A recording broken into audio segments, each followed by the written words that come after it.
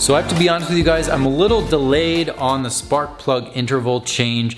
I think BMW recommends about 37 or so thousand miles.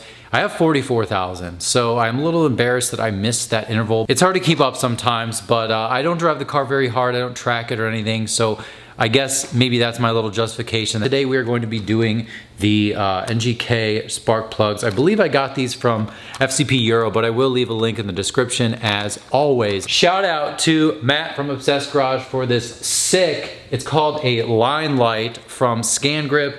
I just want to talk about this for like 30 seconds. I wanted to get this light before I did my spark plug, especially because this thing is super cool. This is literally just the bracket here, and the whole thing is literally like a lightsaber. And it's cool because it has two settings. This is the bright setting, and then you can have a little dimmer, maybe if you're closer or whatever, you don't need as bright of a setting. But it's super cool. It comes with this, you know, extension thing that you can pretty much mount on any hood. And we're gonna go with it. I'm just kind of playing around with it, so I haven't used it before, but right now, I mean, this is key, especially for you guys. You'll be able to see, you know, exactly what I'm doing, and we'll have some pretty good lighting on this video.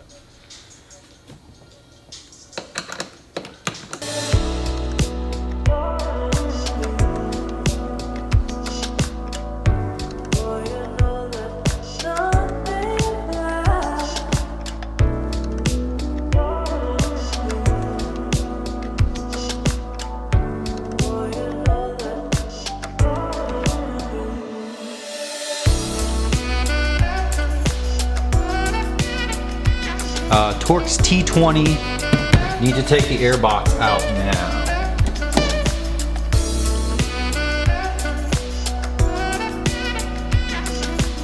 Oh my lord, look at that!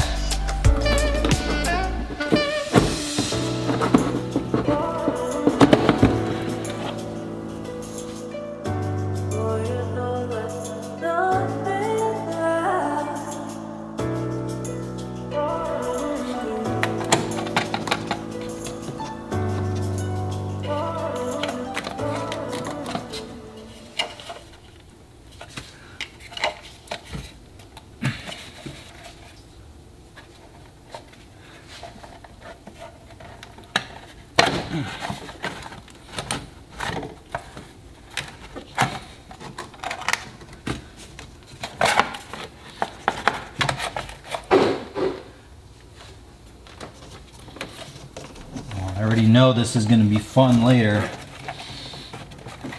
Ah, there we go. All right, so all you have to do is pull the bottom of this. Ugh.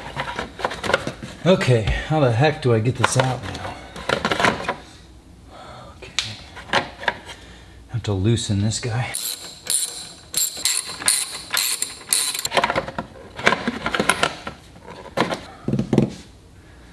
All right. All right, so I'm gonna be very careful. This there.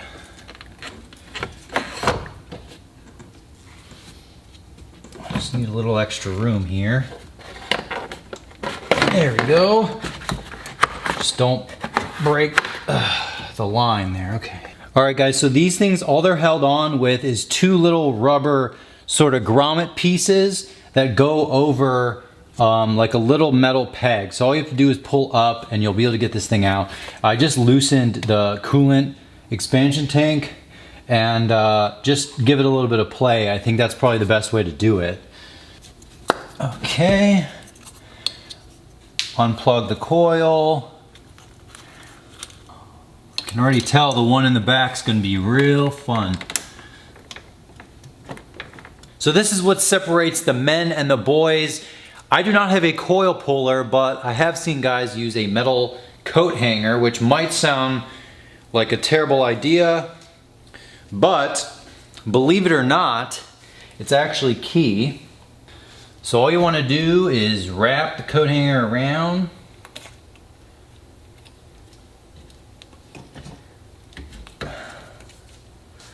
And give it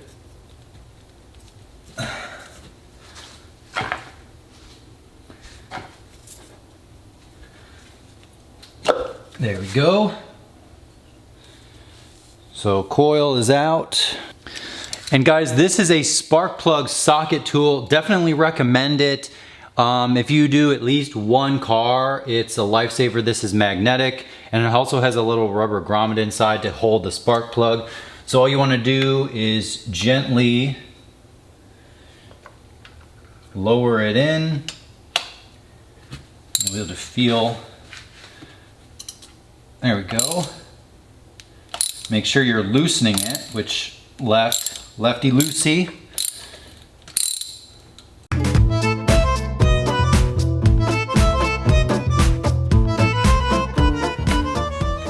Got her. And there is the first spark plug. Not horrible, but really not great. So we're gonna swap all of these out. And you guys will notice the old one is an NGKR, and we are replacing it with another NGKR. So link in description if you have any questions. Be very careful. You don't want to smash the tip of the spark plug on anything.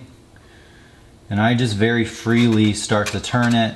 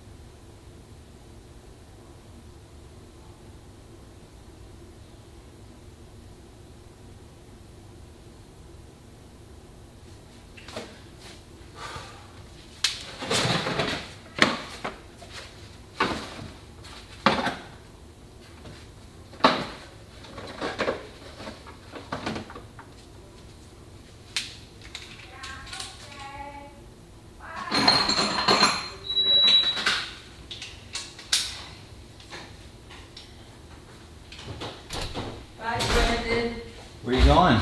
Store? Skechers. Oh, okay, The cool. Skechers store down in Okeechobee. Cool.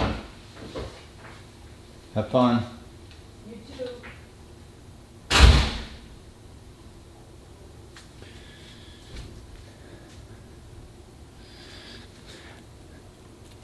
All right, guys, make sure you torque these down to spec, 22 foot-pounds. You definitely do not want to over tighten these, because that would be way worse than under tightening probably.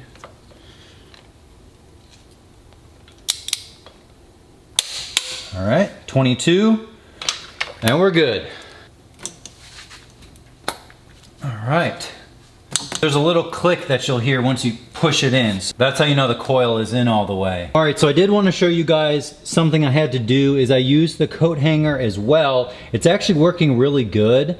I'm not even really scratching the coil or anything, which is nice, but I had to use some vice grips to grip it. That way I can actually grab something and pull it. And as you guys can see, I was able to actually get the coil out.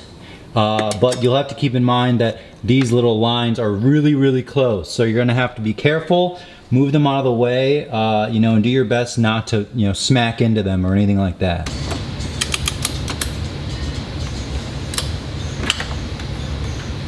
All right, guys, hopefully you caught that. I definitely made a point to show you the angle I used, and if there's gonna be one that's gonna give you an issue, it's definitely gonna be that one, or potentially this one back here. I'm gonna try to get some footage for you as well. But right now, we got the first 4 in, pretty good to go. Wasn't super difficult, but it definitely had a little challenge. I'm gonna kind of wipe down this area, put the coil back in, and we will start the other side. All right, guys, so quick update. I've done all the spark plugs except for the one in the far corner. What I had to do was run to the auto parts store because this spark plug socket, if you have one like this, too long for this corner here, so I literally had to go specifically to get one like this. I actually wanted one with an extension kind of this big, but they didn't have it, so I got a swivel, and then I bought a small like 3/8 extension that also has some play. So there's some play in this, and there's also a pivoting obviously here as well. So we're gonna try that here. This is literally going to defeat me. If anything does, it's going to be this one, which I've inevitably left for last. So the coil is out. We're gonna see if I can fit this thing in here and get this stupid spark plug out. All right, so here's what we're gonna try to get in here. That's literally how tight this area is. All right, this is still too long. Jesus, man.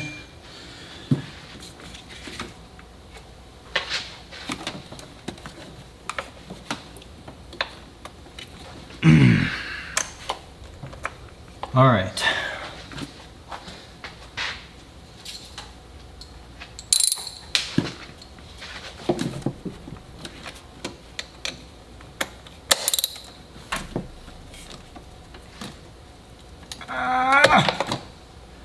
Another blood hand.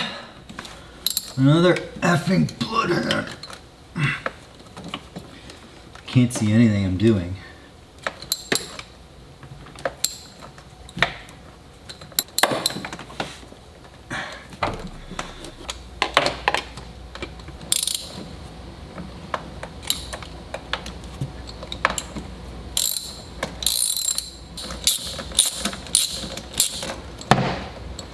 Make any sense. Oh my God, I got it. Look at that. Oh man. All right, so this is officially what you'll need if you want to get in this passenger side corner. Actually, these extensions aren't very much. This one's like $6 and this one's $6. So definitely worth the investment considering the fact that you won't reach it without these things. If you guys aren't familiar, this is the benefit of a spark plug socket is we have the new plug. And the last thing we want to do is drop it, especially because we could damage the tip. All right guys, really quick, before I finish the video, I need to show you guys something. And this thing looks super ghetto, but what happens is now I remember why I use this long socket that is one piece versus a short one that's several pieces. Is when I was pulling the spark plug socket out, it was staying on the spark plug and the rest of the socket was being pulled out. The extensions were coming out, but this piece was staying on the spark plug socket. It's very tight along the spark plug. So what I had to do was put some duct tape here so when you pull the whole thing out, this isn't left inside of the engine. So be careful for that. That is why one of these is really nice, but if you have a tight spot, there's nothing you can do.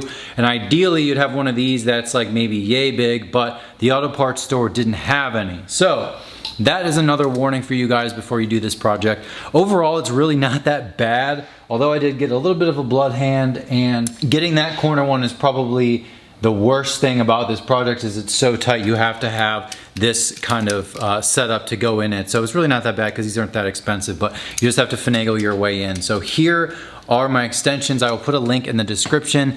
I'll also put a link in for the spark plugs below. I'm actually not going to reassemble the engine bay on this video because I'm going to detail it. Probably won't video that, but I'm just gonna wipe it down and kind of do a little engine bay detail while the air box is out and all that good stuff. So thank you guys again for watching. Comment below if you have any questions, and I'll see you next time.